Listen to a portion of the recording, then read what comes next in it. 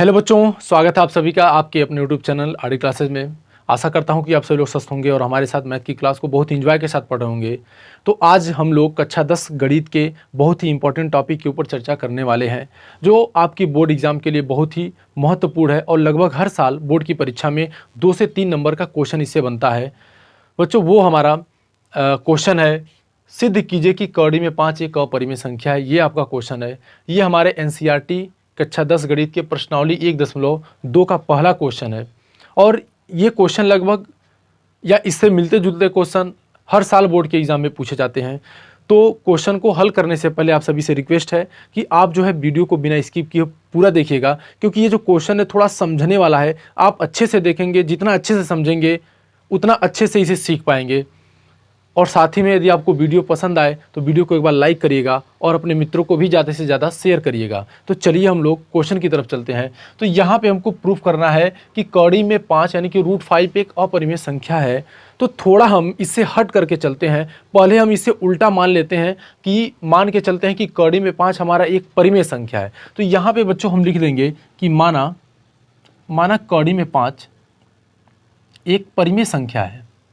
अभी हम ये मान के चलते हैं उससे उल्टा। तो कौड़ी में 5 एक परिमेय संख्या है, तो परिमेय संख्याओं का जो फेस होता है बच्चों वो ये होता है a/b होता है। यानी परिमेय संख्याओं का फेस a/b होता है। परिमेय संख्याएं हमेशा a/b के रूप की होती हैं। तो कौड़ी में 5 भी हमारा क्या होगा? कौड़ी में 5 भी हमारा होगा a/b, क्योंकि जितनी परिमेय संख्या होंगी आप पढ़े होंगे कि परिमेय संख्या हमेशा a/b के रूप में लिखी जाती हैं। तो ये हमारा कौड़ी में 5 के बराबर भी हम लिख सकते हैं, a/b लिख सकते हैं। तो a और b के बारे में हम थोड़ा यहाँ लिख देते हैं कि जहां a तथा b सह अभाज्य पूर्णांक हैं। ठीक है, तो a तथा b जो है ना सह अभाज्य हैं।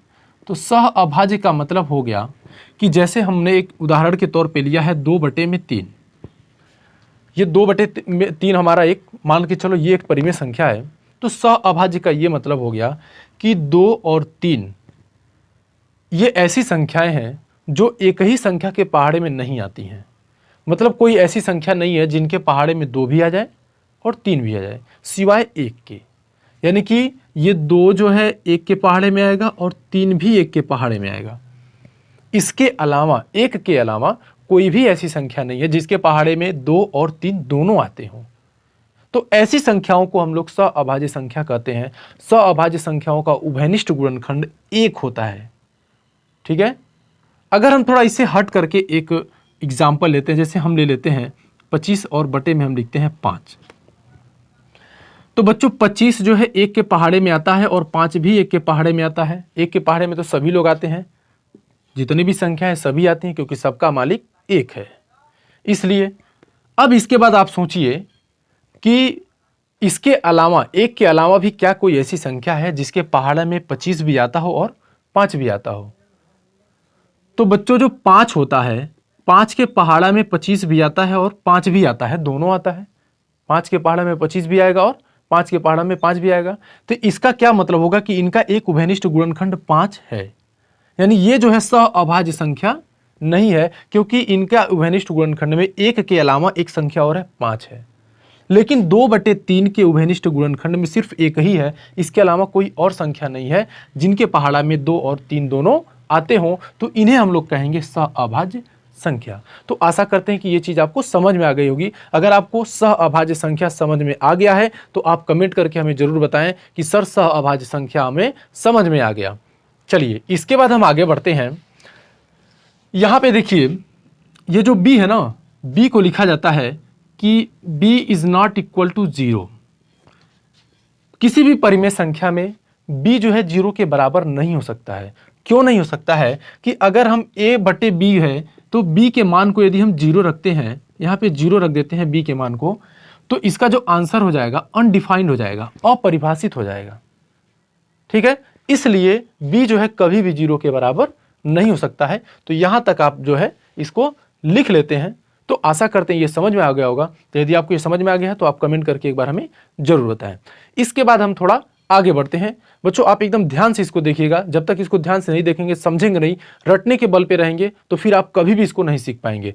आप इसको एकदम बारीकी से समझिए, एकदम आराम से समझिए, तभी आप ये क्वेश्चन एग्जाम में आप बहुत ही आसान तरीके से हल कर पाएंगे।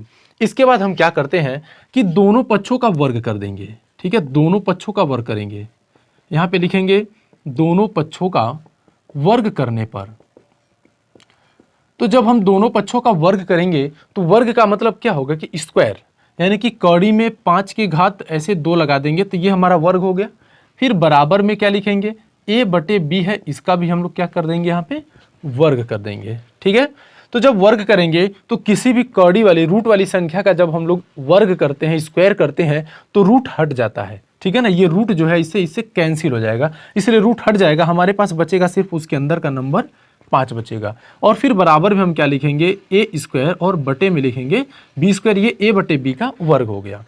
ठीक, इस 5 के बटे में 1 लिख सकते हैं हम लोग, बड़े आराम से लिख सकते हैं, कोई परेशानी नहीं है, 5 के बटे 1 लिख सकते हैं। अब यहाँ पे हमारा क्या हो जाएगा, इसको हम ऐसे लिख सकते हैं, देखिए ये जो 5 है वो यहाँ पे आ जाएगा और b इसके जगह पे, यानी इसका इधर गुणा हो जाएगा और इसको यहाँ नीचे की तरफ भेज देंगे। तो हम इसको ऐसे लिख सकते हैं, ए स्क्वायर और बटे में 5 के बराबर क्या लिख सकते हैं, बी स्क्वायर। इसको ऐसे लिखा जा सकता है, ये 5 इसके बटे में आ गया और बी स्क्वायर 5 की जगह पे आ गया। इसको हम मान लेंगे कि समीकरण नंबर जो है हमारा 1 है, ये हमारा समीकरण 1 हो गया। चलिए अब यहाँ पे देखिए बच्चों, जो ए स्क्वायर बटे 5 के बराबर बी स्क्वायर है, इसका यह मतलब हो गया कि ए स्क्वायर जो है 5 से विभाजित हो रहा है और उसका जो आंसर आ रहा है वो बी स्क्वायर आ रहा है। जैसे अगर हम लिखते हैं यहाँ पे लिखते हैं हम 10 और 10 बटे में लिखते हैं 2, तो 10 बटे 2 के बराबर हम 5 लिख सकते हैं, क्योंकि जब हम 2 से 10 में भाग देंगे तो 5 बार में कटेगा, तो इसलिए हम लोग बराबर में 5 लिख रहे हैं। तो ठीक यही कंडीशन है यहाँ पे, ए स्क्वायर बटे में 5 के बराबर क्या है, बी स्क्वायर। तो इसका यह मतलब हो गया कि ए स्क्वायर 5 से विभाज्य है, ए स्क्वायर 5 से विभाज्य है।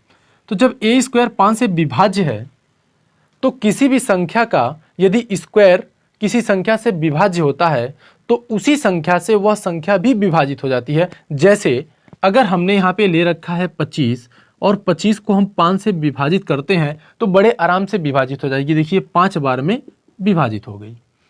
अब हम सोचते हैं कि 25 जो है ना किसका स्क्वायर है, तो 25 जो है बच्चों 5 का स्क्वायर होता है। इस 5 के स्क्वायर में जब हम 5 से भाग देते हैं, 5 का स्क्वायर 25 होता है, तो अब इस 5 में जब 5 से भाग देंगे तो क्या डिवाइड हो जाएगा, बड़े आराम से 5 एकम 5 एक बार में डिवाइड हो जाएगा। अगर हमने ले रखा है 100 और 100 को हम डिवाइड कर देते हैं 2 से, तो ये 50 हो जाएगा। अब देखेंगे कि 100 जो है किसका वर्ग है, तो ये 10 का वर्ग होता है 100, 10 का वर्ग होता है 100। तो क्या ये 10 भी 2 से डिवाइड होगा, एकदम आराम से डिवाइड होगा, 5, तो यहां से 5 आ जाएगा। तो वही चीज यहां पे है कि यदि ए स्क्वायर 5 से विभाज्य है तो ए भी 5 से विभाज्य होगा, ए भी 5 से विभाज्य होगा, क्योंकि ए का ही स्क्वायर ए स्क्वायर हुआ ना, ए का स्क्वायर ए स्क्वायर है। तो अगर किसी संख्या का स्क्वायर 5 से विभाज्य है तो वो संख्या भी 5 से विभाज्य होगी। तो यहाँ पे ए स्क्वायर 5 से विभाज्य, इसलिए ए भी 5 से विभाज्य होगा। तो जब ए 5 से विभाज्य होगा तो हम ये मान के चलते हैं कि ए का मान आएगा, उसमें 5 तो आएगा ही, और साथ ही में उसमें कोई और एक पूर्णांक जोड़ेंगे, ए बी सी डी करके जोड़ेंगे। तो हम यहाँ पे मान लो सी लिख देते हैं, ए के बराबर लिख देते हैं 5c। ठीक है, अब ये जो मान है इसको हम लोग समीकरण 1 में रख देंगे यहाँ पे। चलिए यहाँ पे हम लोग इसको क्या करते हैं कि ए का मान समीकरण 1 में रखने पर,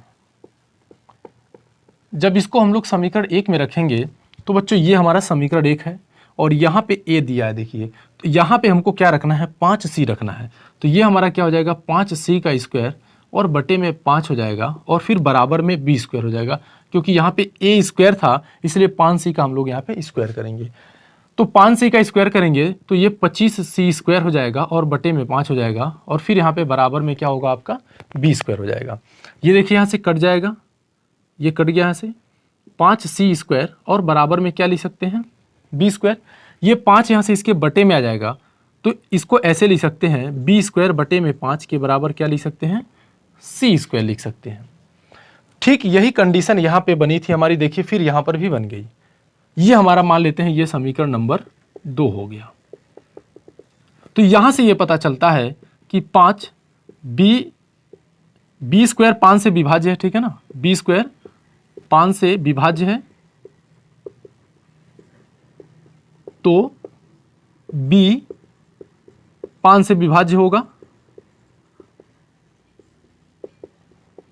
तो जब हमारा बी स्क्वायर 5 से विभाज्य है इसलिए बी भी 5 से विभाज्य होगा। अब ये हमारा टोटल जो है कुल प्रमेय हल हो चुका है। तो आप कहेंगे कि सर यहाँ पे ये प्रूफ कैसे हुआ? तो बच्चों आप यहाँ पे थोड़ा शुरू में आ जाइए। अभी हम लोगों ने क्या लिखा था कि ए तथा बी सह अभाज्य हैं, यानी कि ए और बी सह अभाज्य हैं, यानी ए और बी ऐसी संख्याएं हैं जिनका उभयनिष्ठ गुणनखंड 1 है, यानी कि एक के पहाड़ा में ही ए आएगा और बी आएगा, इसके अलावा किसी के पहाड़ा में नहीं आएगा। लेकिन हम यहाँ पे क्या देख रहे हैं कि 5 के पहाड़ा में ए भी आ रहा है और 5 के पहाड़ा में बी भी आ रहा है। देखिए ए भी 5 से विभाज्य है और बी भी 5 से भी, इसका मतलब क्या हो गया, इनके उभयनिष्ठ गुणनखंड 5 है। तो यानी कि जो चीज हमने मान के रखा था उससे जस्ट यहाँ पे उल्टा आ गया, इसलिए कौड़ी में 5 जो है एक अपरिमेय संख्या होगी। वो चीज यहाँ पे हम लिख देते हैं कि समीकरण 1 और 2 से स्पष्ट है कि ए तथा बी सह अभाज्य नहीं है, ए तथा बी सह अभाज्य नहीं हो सकती हैं, अतः कौड़ी में 5 अपरिमेय संख्या है।